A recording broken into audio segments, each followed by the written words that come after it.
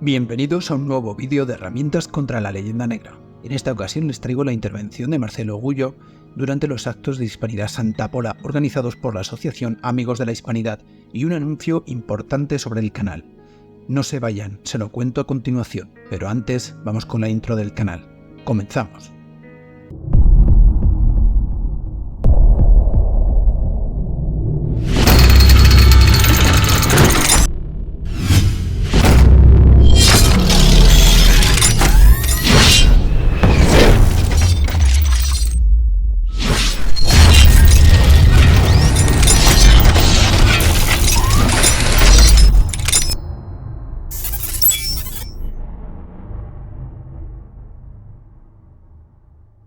La semana previa al Día de la Hispanidad y Fiesta Nacional de España, 12 de octubre, se celebraron en Santa Pola unas jornadas organizadas por la Asociación Amigos de la Hispanidad, en las que se reivindica la historia hispana en su conjunto.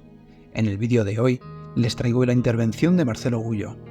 Además de esto, quería anunciarles que estoy inmerso en un proyecto para el canal que me va a llevar muchas horas de trabajo, viajes y probablemente algunos meses de recopilación de material, además de tener que montar después todo el conjunto, por lo que es posible que no pueda subir un vídeo semanal al canal de YouTube como vengo haciendo hasta ahora para su publicación los domingos por la mañana.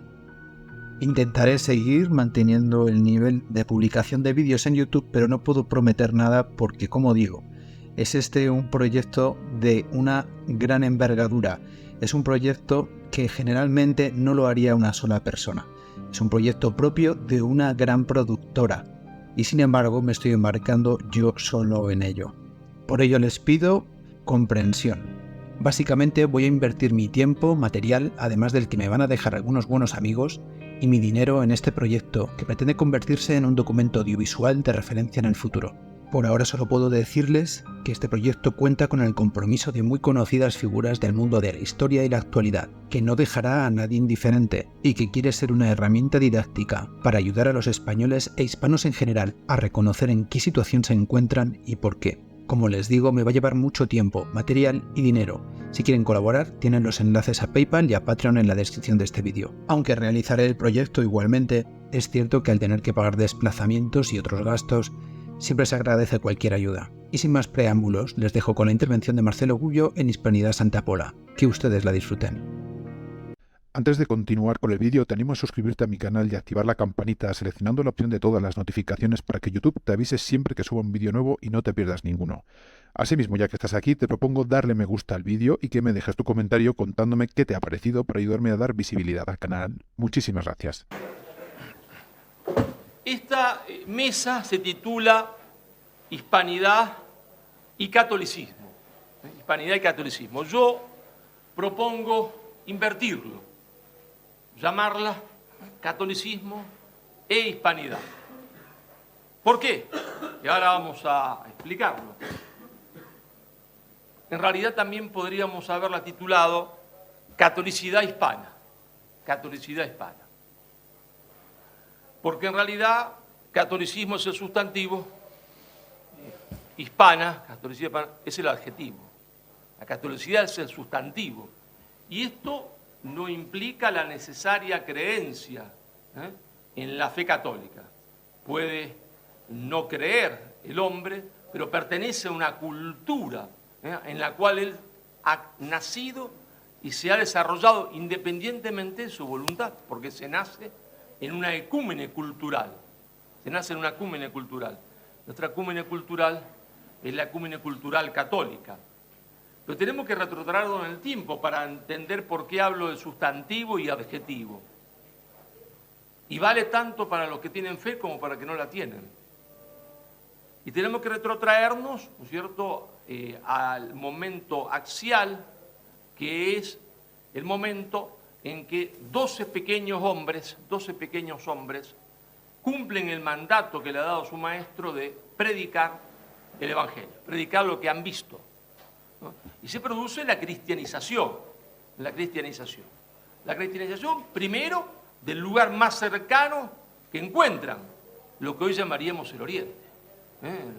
Es Egipto, con San Marcos, es la actual Turquía, el Asia Menor, es Grecia, después es Roma, es España. Y van a nacer dos cristiandad. La cristiandad oriental y una nueva cristiandad, la cristiandad occidental, idénticas en la sustancia. Esa cristiandad occidental tarda más en nacer. ¿Por qué? Porque está más lejos del centro que provocó la expansión de la nueva fe. Porque viene la invasión de los pueblos bárbaros, que van a ser primero arrianos, salvo los francos, y después católicos. Claro, con la cristianización de los pueblos germanos que han permanecido allende el Rin, podemos decir ya que se ha conformado la cristiandad occidental. Pero cristiandad es el sustantivo, occidental es el adjetivo, ¿no? Por eso hay una cristiandad oriental, el adjetivo, solamente el adjetivo, no sustantivo. Esa cristiandad occidental va a tener una figura máxima política, que es la que va a intentar la reconstrucción del imperio perdido, porque la Iglesia no ha querido destruir el imperio. La Iglesia lo que tiene, no quieren salvar al imperio, porque entiende lo que el imperio significa, el imperio romano significa en materia civilizatoria, porque es el imperio lo que ha permitido que los 12 descalzos caminen, se entienden, por las rutas, por las estradas, creadas por el imperio para repartir el mensaje, y porque es en el seno del imperio donde se ha acogido la filosofía griega, que anticipa desde el uso de la razón a la fe revelada. Ellos no quieren destruir el imperio. Ellos se destruyen por la invasión de los árabes, de los bárbaros, y por su propia, se entiende, corrupción, que ellos quieren salvar, pero el imperio se destruye. Carlomagno es el hombre formado, se entiende, en el norte de Francia por los monjes, con la misión de reconstruir el imperio. Intenta esa reconstrucción del imperio, pero hay una parte de esa cristiandad occidental, que se ha convertido al catolicismo, aquellos que la gobiernan, porque el pueblo era católico, que es España, lo que hoy llamamos España, la provincia Hispania de Roma. Los visigodos son arrianos, tienen enfrentamiento con el pueblo que es católico y finalmente se convierten, ¿no? Pero al convertirse casi instantáneamente en términos históricos, porque en la historia, decía Vasconcelos, las décadas son días, viene, se entiende, la invasión maometana. ¿De dónde han surgido estos salvajes? Del seno, se entiende, de Arabia, de las caravanas que asaltaban al imperio bizantino. Han hecho una conquista de una forma jamás vista por su rapidez militar, ha caído primero la Mesopotamia, dicen las crónicas musulmanas, se ha llenado el río Éufrates y el Tigris de sangre, se tiñó, se entiende, de sangre el Éufrates y el Tigris, se avanza vertiginosamente por el norte de África, no avanzan a caballo, sería ridículo pensar eso, la gente cree que van a caballo de, ¿no es cierto?, Egipto a Marruecos, no, eso es una ridiculez. Ellos han tomado, se entiende, en Alejandría la flota bizantina y han conseguido, tomando Egipto, quitarle al imperio bizantino el granero, se entiende, del imperio. Y es la flota bizantina lo que permite, se entiende, la conquista del norte de África y después la invasión de la provincia de Hispania. Y ahí el hecho fundamental, no importa si hubo una traición que permite que lo invadan, una pelea interna que facilita la invasión, el hecho político determinante, porque la historia es una serie decisiva de instantes, es que hay un conjunto de hombres que no importa si eran muchos o pocos, no tiene ninguna importancia, ¿no? Los progres dicen que eran muy pocos y combatieron cuando eran muy pocos, y a mí qué carajo me importa, ¿no? Pueden haber sido 20 contra 200, 2000 contra 200.000, me da exactamente igual, porque ahí hay una afirmación de la voluntad,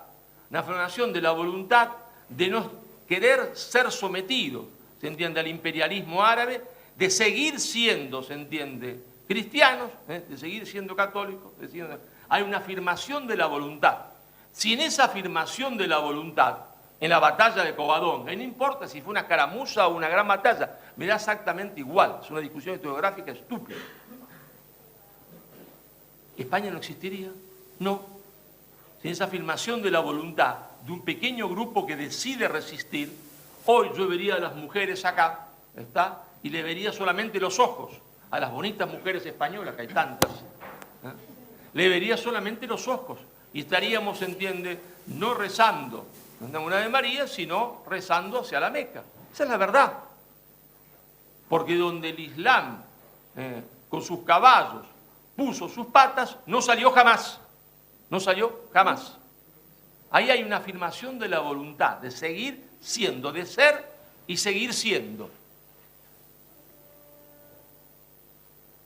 Claro, ¿y qué es ese pequeño grupo de hombres que están ahí, en ese lugar tan bonito, que es el norte de España?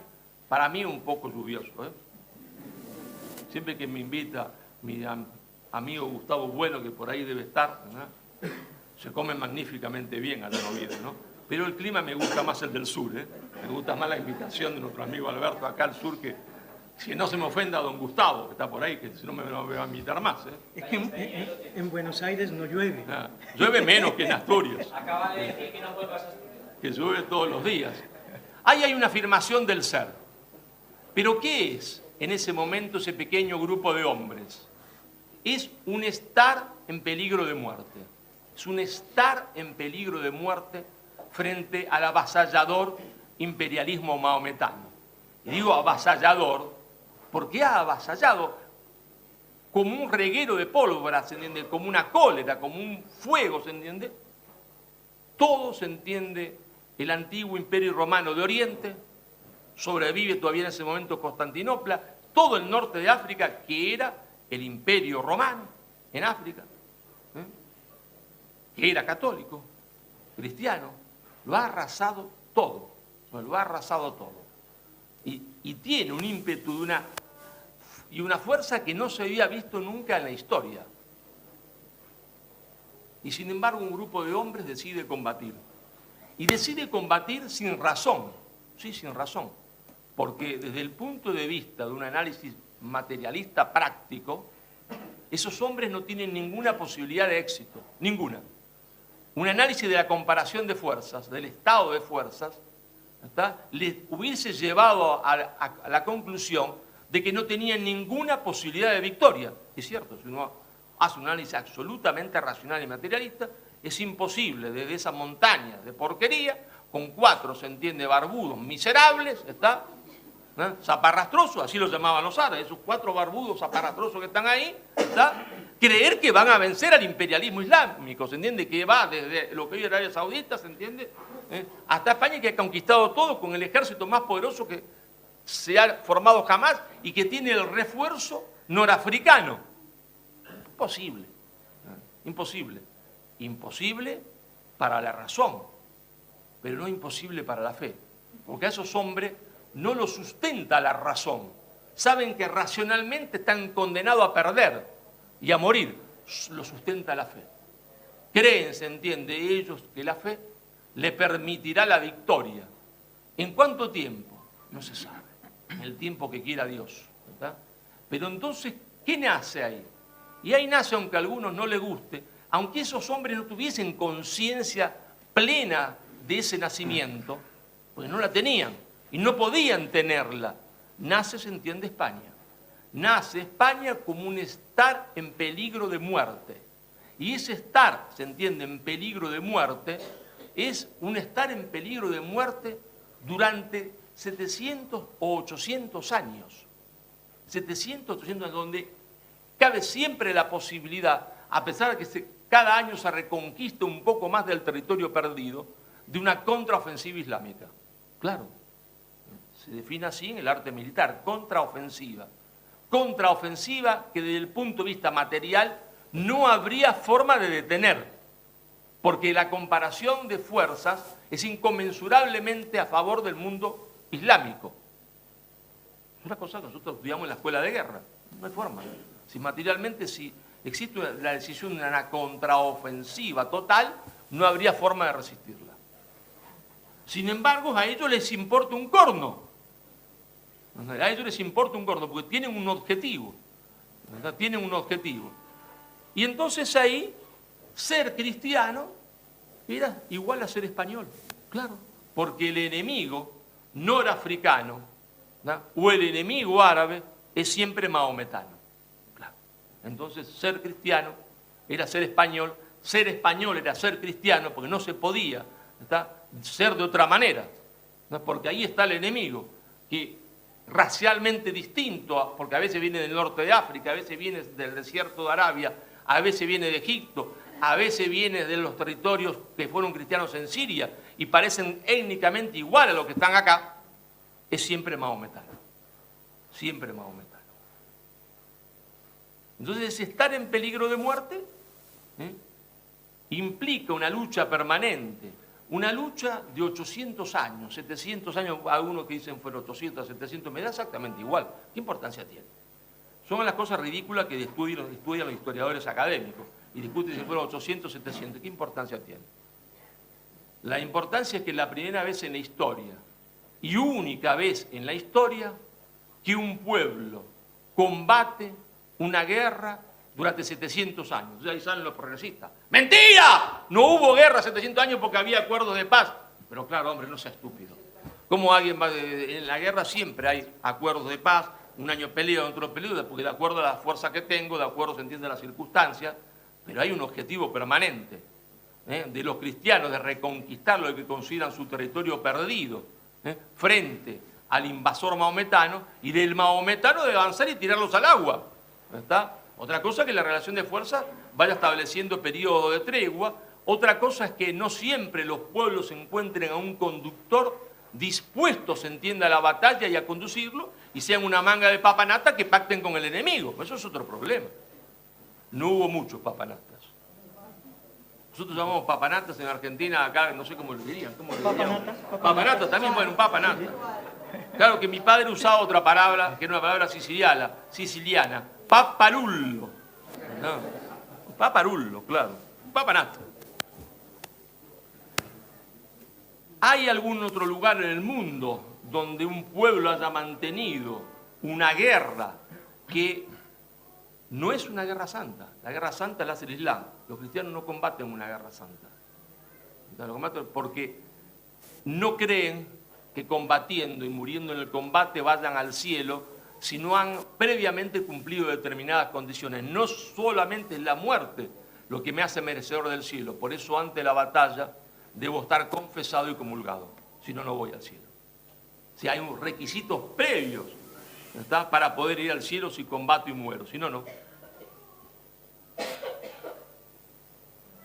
Entonces, ese último tramo de la guerra, ¿no?, es la guerra que conduce la mujer más importante de la historia de España, la estadista más importante de la historia de Europa, que fue, se entiende, Isabel la Católica, que toma la decisión de terminar la liberación de España, no reconquista, liberación, pero que desde el punto de vista militar es fundamental. ¿Por qué? Porque el Imperio Islámico debilitado, se entiende, en España, conserva lo que técnicamente se llama en el arte militar una cabecera, una cabecera de playa. La acción más difícil en la guerra, lo fue en la Segunda Guerra Mundial y lo es hasta ahora y lo fue en Malvinas, para alguien que va a invadir es establecer una cabecera de playa. Una vez que uno establece una cabecera de playa, ya tiene el lugar, ¿está?, para que le permite la logística para avanzar en el territorio que piensa ocupar. Pero lo más difícil es establecer la cabecera de playa, porque son los barcos y la gente que tiene que desembarcar y ocuparlo, y esa es la operación más difícil y más riesgosa. Si uno tiene una cabecera de playa ya asegurada, todo es fácil, todo es fácil. El Islam tiene una cabecera de playa, tiene, se entiende, Granada en su poder, y por lo tanto puede iniciar una contraofensiva final cuando lo desee o cuando su relación de fuerzas materiales o sus discordias internas se lo permitan. Entonces había que terminar con la cabecera de playa. No se podía emprender ninguna otra empresa teniendo la retaguardia descubierta. En el arte militar nadie puede emprender una acción militar teniendo un problema en la retaguardia, porque sería un loco ir hacia una pelea hacia adelante teniendo la retaguardia en problema. Tengo que tener la retaguardia cubierta para poder ir hacia adelante. Y eso es lo que hace Isabel. Terminar, se entiende, con la cabecera de playa. De una forma definitiva. Para eso encuentra un hombre que no estaba a la altura de ella, pero que era un gran hombre, que fue su esposo. Un hombre que no estuvo a la altura de lo que ella se merecía. ¿Está? Porque, como todos los hombres, tenemos nuestras debilidades. Y Fernando tenía bastantes debilidades que conozco bastante bien, claro, por el hecho de ser hombre. No estuvo a la altura de la circunstancia desde el punto de vista de esposo, pero estuvo a la altura de las circunstancias desde el punto de vista político, de rey e estadista. Ahí sí estuvo. ¿No? Ahí sí estuvo. Entonces se complementa. Pero Isabel ha escuchado a un loco, un personaje que no se sabe de dónde viene, que le ha ofrecido atacar al Islam por su retaguardia. Atacar al Islam por su retaguardia. El Islam es el enemigo histórico, porque hace 800 años que peleamos contra el Islam. Y él le ofrece atacarlo por su retaguardia, por atrás, navegando, se entiende, ese mar desconocido hacia el oeste. Isabel lo escucha, pero no le puede decir que sí, porque tiene que terminar la reconquista, tiene que terminar su problema en la retaguardia, en su retaguardia, tiene que terminar con la cabecera de playa. Dice que espere. De genovés, portugués, judío, quién sabe. No está dispuesto a esperar mucho. Es una mezcla entre cruzado y mercader. Así son los genoveses, ¿no? Hasta el día de hoy. Son capaces de vender a la madre. Pero primero, ¿no? Bajo la promesa de que la madre puede ir a misa cuando esté capturada por otro. Una mezcla de mercaderes con cruzados. No son mala gente. Y cuando Colón ya se está por ir a buscar a otro que comprenda su idea, ya lo había intentado con los portugueses, mi padre decía, maldito el día en que Colón no terminó de irse, porque si iba a Inglaterra venían los ingleses, era un anglófilo total mi papá, total, un antihispánico absoluto. Lo maldecía Colón, decía, porque mi papá es italiano, decía, maldito se esta porquería que fue a España y no a Inglaterra. Él no sabía, mi padre, lo que los ingleses hicieron con los australianos. Muchos argentinos, subordinados culturalmente, dicen lo mismo. Y no saben que Inglaterra, en la Primera Guerra Mundial, provocó el exterminio de los varones australianos, porque los llevaron a combatir, ¿se entiende? A ellos que eran de su propia sangre, que eran sus primos, y los ponían en las primeras líneas de desembarco, como en Galípoli, para que primero los mataran a los australianos y después a los ingleses de la isla, porque parece ser que había dos tipos de ingleses, de primera categoría y de segunda. Después había de tercera, pero los australianos no eran de primera. Cuando se produce la Segunda Guerra Mundial, las mujeres australianas escupían en la cara a los ingleses y a los norteamericanos, porque le habían quitado a sus hombres, a sus maridos, a sus hijos, a sus hermanos, los escupían en la cara, porque sabían que la primera línea de desembarco en el Japón iban a ser, se entiende, de nuevo los australianos, iban a quedar diezmados de nuevo. Eso es Inglaterra. Hace eso con su propia sangre, lo que hubiese hecho con nosotros. No me quiero ni imaginar. Y ahí andan los estúpidos diciendo en Argentina, maldito el día en que 1806 y 7 rechazamos a los ingleses. Pero en ese viaje, para atacar al Islam con su retaguardia, se encuentran con algo que no esperaban. Se encuentran con lo que después va a ser América. Y la decisión de Isabel, de que la misión de España, en eso que ella no sabe qué es, porque es imposible que Isabel supiese qué cosa era eso. No sabe qué es. Solo sabe que son unas tierras nuevas. Que la misión de España es la misión evangelizadora. Y ahí están algunos que son curas también, no este amigo mío cura de acá, que es una sección, preguntándose, ¿no es cierto?, si en realidad a los conquistadores lo movía o no el afán evangelizador, o lo movía más el afán de oro, ¿está? Bueno, hombre, los hombres son espíritu y materia, y a algunos, entiende, les gustaba el oro, y claro, a quién no le va a gustar, a mí también me gustaría ser multimillonario. Ustedes me dicen que hay que tomar aquel edificio y hacerse con 10 palos verdes en Argentina son 10 millones de dólares, ¿no? Y no voy a trabajar más, le digo al padre, confesame que me voy al edificio, a ver si me saco los 10 palos verdes y no trabajo más. Y me dedico a recorrer España hablando lo que me gusta, basta de dar clases, ¿no? A manga de muchachos que no tienen ni ganas de escucharme. Claro que el hombre es espíritu y materia. Claro que el mismo hombre que quiere evangelizar, ve el oro y también le gusta, y ve a alguna señorita y también le gusta. Y que tenía una en España y estaba casado. Y sí, el hombre cae, claro. Pero que eso altera el sentido que él le quiere dar a la conquista, que en realidad es liberación, que es la misión evangelizadora, en nada lo altera.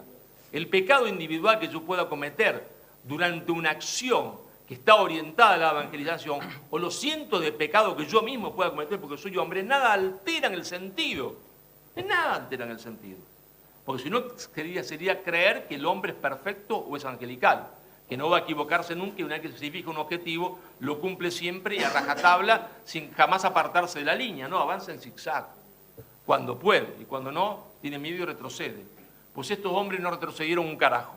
En 40 años hicieron la hazaña más fabulosa de la historia de la humanidad, que es liberar un continente. ¿Por qué liberar un continente?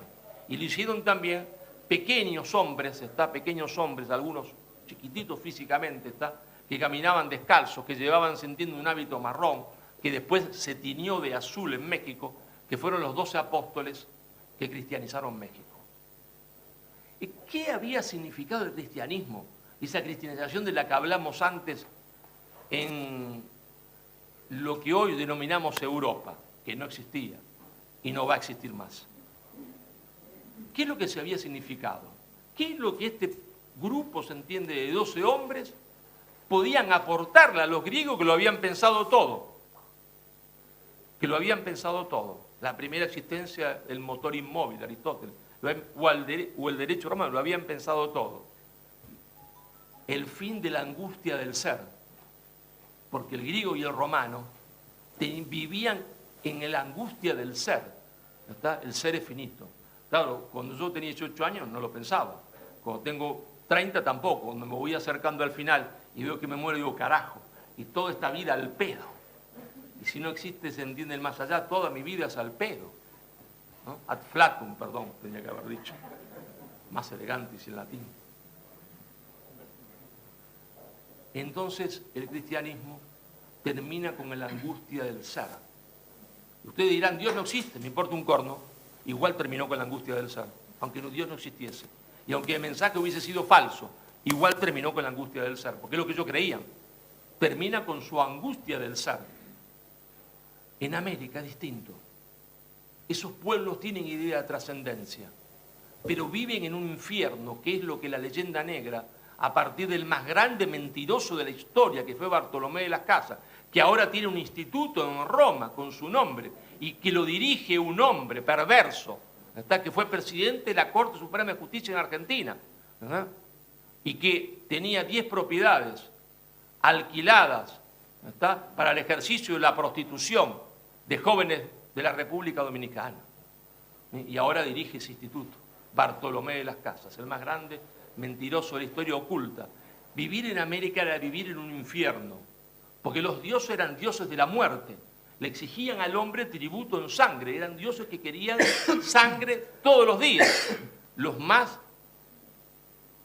aztecas, pero los otros también, eran dioses que exigían tributo en sangre. Pero cuando hay tributo en sangre, hay un pequeño grupo que domina a los otros y los mata para sacrificarlo a su dios. Los aztecas mataban 20.000 por año. De los pueblos que habían dominado, que era el 80% de los que habitaban no México, porque México no existía, Mesoamérica, el rincón que lo gobernaban los aztecas. Pero los otros no eran de menos, porque Pachacute, cuando murió, lo enterraron con 5.000 niños vivos, de los pueblos dominados. no de los quechuas, ninguno es gil. Por la duda, matá a los otros, no nos matemos nosotros. No vamos entre nosotros, se dice en Argentina, entre bomberos, no nos vamos a pisar la manguera. Para que vengan los otros a morirse. A los nuestros no. Pero vivir ahí era vivir en el terror. Porque aún aquel que va a capturar a los otros para llevarlo a un altar, ejerce una violencia terrorífica que lo perjudica a él mismo. Entonces era vivir en un infierno. Vivir en un infierno. Era tener la angustia, no del ser porque creían en la trascendencia, sino en la angustia del estar. El estar era una angustia permanente. Y por eso las masas indígenas, al contrario de lo que se dice hoy en el seno de la Iglesia y en su máxima autoridad, se convierten porque se les da la gana. Se convierten porque se les da la gana, porque empiezan a escuchar cosas que nunca habían escuchado. Y no me refiero a la palabra, porque la palabra no la entendían. Si los pobres franciscanos tenían que empezar a aprender el nahual, entonces agarraban un chiquito del nahual y decían, escúchame, ¿cómo se dice? Y no sé, el indio miraba, yo, ¿qué cosa es? No sé, ¿cómo se dice esto? Entonces iban tomando nota para poder hablar la lengua de los indios. Si ya es difícil explicar el catolicismo en la propia lengua, imagínense lo que era explicársela a los indios, entienden nahual, de un tipo que no habla nahual. Imposible, pero hay un milagro que yo cuento en este libro. Hay un milagro, es el milagro de la música. Los indios no entienden un carajo cuando le hablan a los franciscanos, es la verdad. Van entendiendo después, pero lo primero que escuchan es la música. Y la música los deja locos, porque su música y su arte, porque el arte es la expresión de la cultura.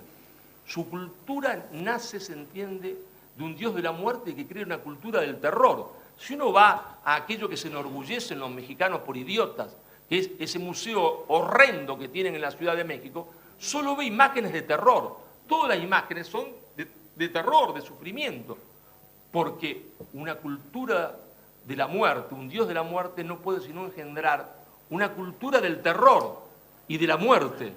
La expresión artística de eso es eso, el terror, la muerte. No hay caras felices, no hay una sola representación artística precolombina que represente alegría, ninguna, y la música tampoco, porque no puede, porque nace de una cultura del terror, expresa muerte, y su música era eso.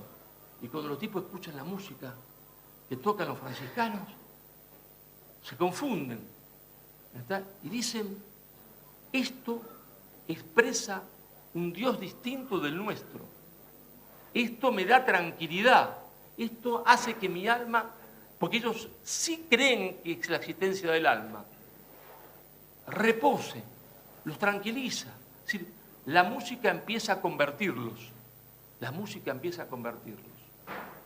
Y va a haber un indiecito, que no era ningún tarado, y no era ningún maricón. Ese indiecito era un tipo que agarraba y se lo llevaba del pelo a los otros para sacrificarlo en un altar y abrirle el corazón. No se lo abría él, porque lo abrían los sacerdotes, pero era el tipo que capturaba y llevaba gente al altar, que se llamaba Diego. Y el milagro de la Virgen de Guadalupe y la conversión en masa, se entiende, de México. Pero al mismo tiempo, ¿no?, casi históricamente al mismo tiempo, se está produciendo en Europa algo novedoso. Se entiende, la rebelión de Lutero. La rebelión de Lutero. Que hace y provoca una confusión conceptual de la cual todos ustedes y yo nunca hemos salido. Una confusión conceptual. Pero la confusión conceptual, el desorden de las ideas, provoca el desorden en la acción. No hay orden en la acción con desorden en la cabeza. Imposible. Solo una cabeza ordenada tiene una acción ordenada. Y entonces, España, que estaba dentro de la cristiandad occidental. España estaba dentro de la cristiandad occidental. Era la vanguardia de la cristiandad occidental. Lo que ponían la cara por los otros. Es decir, ponían la sangre por los otros. Porque no habría podido vivir Francia tranquila sin España. Eran los españoles los que ponían su sangre para que los otros vivieran bien, ¿está? Y no en peligro de invasión musulmana. Los que ponían la sangre y el pellejo eran los españoles. Hoy todo el mundo en Europa se olvida de esto, por desagradecidos y por ignorantes, pero el pellejo lo pusieron los españoles. Pero España era la cristiandad occidental, pero Lutero rompe eso. Con la Reforma Protestante, cuando Lutero dice el hombre se salva por la fe, así entonces le clavo un alfiler, se entiende, a mi abuela en los ojos y no pasa nada. No pasa nada, la fe después te salva. Y tengo, se entiende, en una fábrica que todavía no había, pero que después va a haber. Y tengo en una fábrica 100 obreros y los mato de hambre, no le pago nada y me quedo con todo el producto de su trabajo. Y tengo fe y me voy al paraíso. Sí, te vas al paraíso, no importa que explota a los obreros, no pasa nada. Hombre, la fe. Fe sin obras. No, fe sin obras no existe. La fe es con las obras. Pero después viene Calvino y dice, porque Lutero, pobrecito, yo no sé quién le dio el doctorado, se entiende, a Lutero. Habría que investigarlo sinceramente, porque el que le dio el doctorado a Lutero, primero habría que haberlo fusilado en ese momento, sacarlo de la tumba y fusilarlo ahora, porque Lutero no sabía nada, era un ignorante. Se lo decían sus compañeros agustinos, decían, pero no, deja de decir tontería, ¿cómo vas a decir semejante estupidez que el pluma se va solamente por la fe? Eso antes que se decidiese a romper, ¿no? Decían, vos sos un idiota, no puede dar clase y decir esas cosas. Es un papanata. Pero hay un hombre mucho más formado, o es un francés, tiene la cabeza ordenada, para el mal, pero la tiene ordenada, que es Calvino. Dice, Lutero tiene razón. El hombre se salva por la fe. Pero Cristo no ha venido para todos, ha venido para algunos. Ha venido para algunos, los predestinados, a ser salvados por Él. ¿Y quiénes son?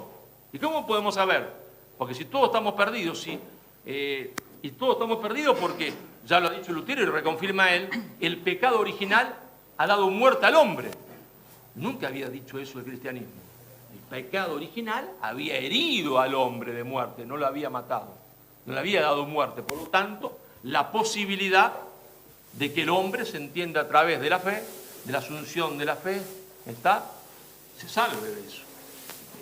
El protestantismo dice, el pecado original dio muerte al hombre, no hay nada que hacer. ¿Y entonces para qué vino Cristo? Calvino dice, para unos pocos. ¿Y quiénes son los pocos? ¿Cómo sabemos si somos parte de esos pocos o no? Porque la riqueza es un signo de predestinación. Entonces, enriqueceos, grita Calvino desde Ginebra, enriqueceos, porque la riqueza es un signo de predestinación, independientemente de la obra que se hagan. Calvino, sí, macho, independiente. Esto está fenómeno.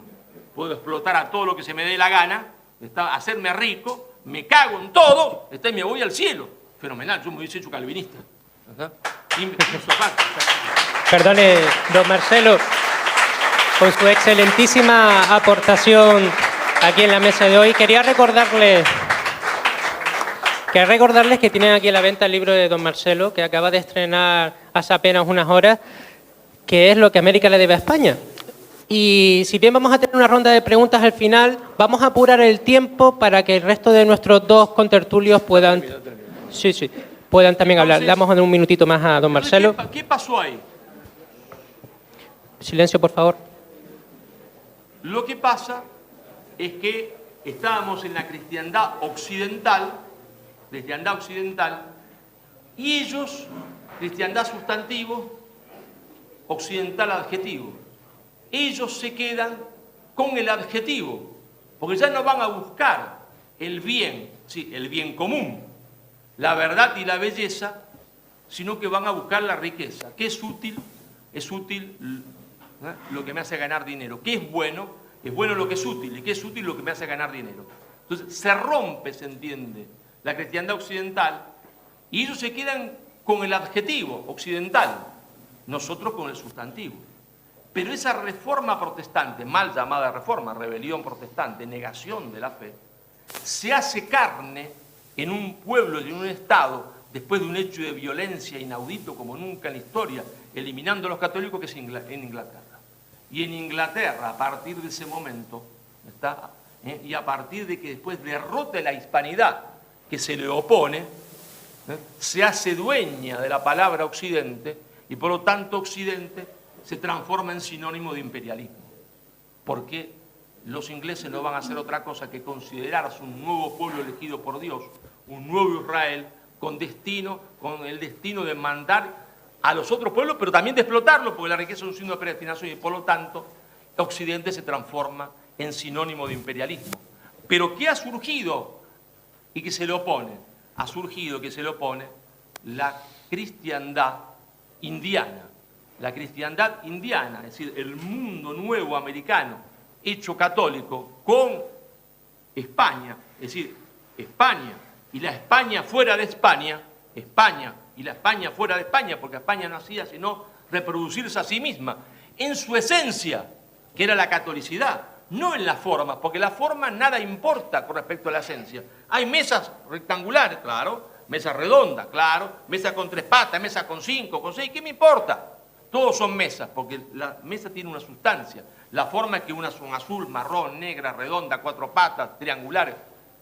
En esencia, se forma la cristiandad, la cristiandad es la misma que estaba en Europa, allá, la cristiandad indiana, que junto con España y con la España fuera de España, va a dar origen a la hispanidad.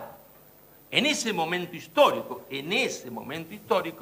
hispanidad es sinónimo de catolicismo. ¿Por qué? Porque el catolicismo se ha hecho carne, se ha encarnado en un pueblo, que es el pueblo español, que ha ido a América y ha hecho católico a los otros, se ha encarnado en el pueblo americano. Y ustedes dirán, pero Marcelo, no sea exagerado, los franceses seguían siendo católicos, y los italianos también, y algunos en el sur de Alemania también, claro que sí, que seguían siendo católicos. Pero hay una diferencia, no estoy hablando de mi sentimiento personal o de mi actitud personal con respecto a Dios. En el único lugar donde la catolicidad existe, la catolicidad existe no como elemento individual, como Marcelo Bulo tiene en Alemania o en Italia, es en España. ¿Por qué? Porque en Alemania están sumidos en su lucha contra los protestantes y ahí están, en Italia no existe políticamente, y Francia ha decidido ser católica por un hombre que ha dicho París bien vale una misa. Así que me importa un corno. ¿Verdad? París bien vale una misa. ¿Qué quiere decir cuando dice París bien vale una misa? Que primero está la política y después la fe. No va a estar la fe al servicio de la política. Y en el único lugar donde la fe está al servicio de la política, donde se camina hacia Dios por el imperio, pero el imperio es para servir a Dios, es decir, donde la catolicidad tiene expresión política, es en España y en la España fuera de España, es decir, en la hispanidad.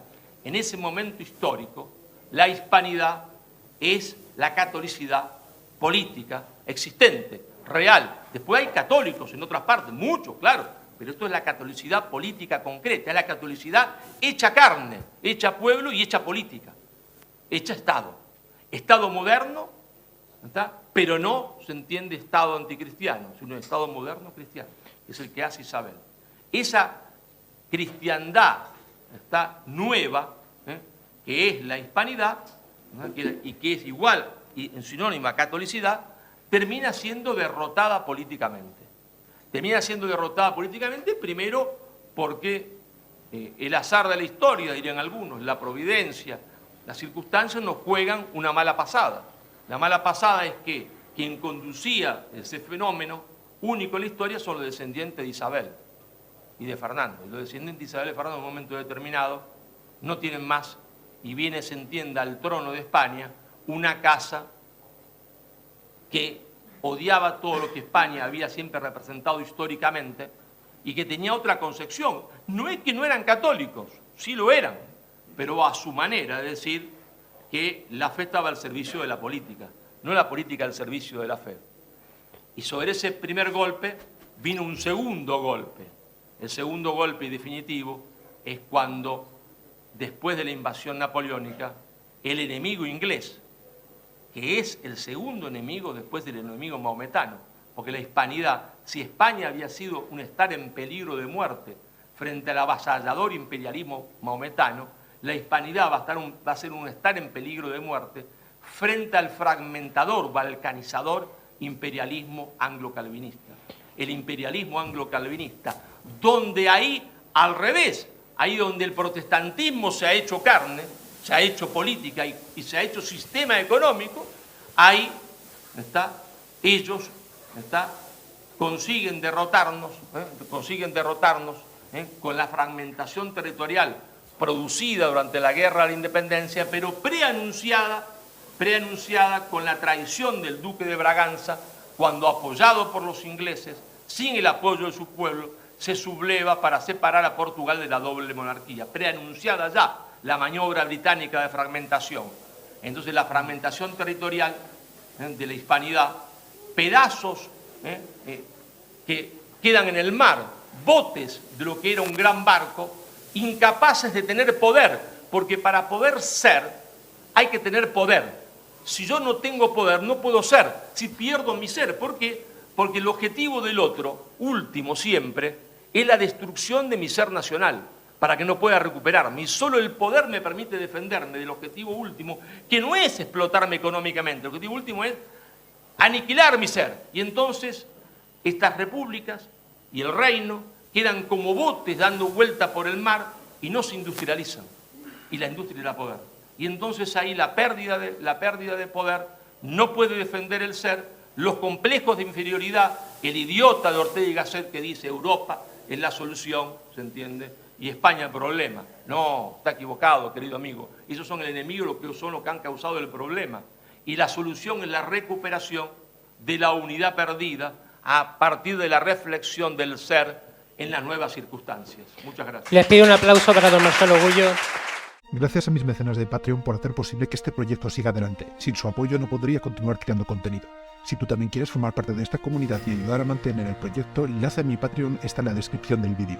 Únete a nosotros y ayúdame a seguir creando. Muchísimas gracias.